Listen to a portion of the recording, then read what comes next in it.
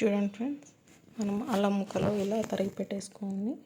మీరు కావాలంటే నిమ్మకాయ ముక్కలు కూడా ఇలానే చిన్నవిగా తరిగి పెట్టేసుకొని, ఇది హనీ అండి, ప్యూర్ హనీ అని చెప్పి అమ్మారు మాకు ఇంటి దగ్గరకు వచ్చి తీసుకున్నాము. మాకు కొంచెం ప్యూర్ లాగే అనిపించింది, కానీ ఇది ఇంతకుముందు కొంచెం బాగా రెడ్ అంటే హనీ కలర్లోనే ఉండేది.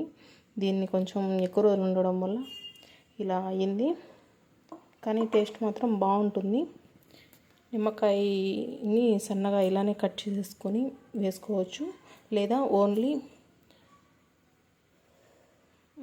అల్లంని కూడా కట్ చేసుకొని వేసుకోవచ్చు. రెండు కలిపైనా వేసుకోవచ్చు, చాలా బాగుంటుంది.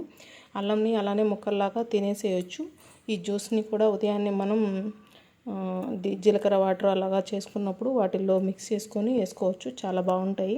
నిమ్మకాయలు కూడా ఇలానే సేమ్ ఒకటైనా చేసుకోవచ్చు, అది కూడా చాలా బాగుంటుంది. పరగడుపునే తింటే చాలా మంచిదండి. హ్యాపీ. Thank you.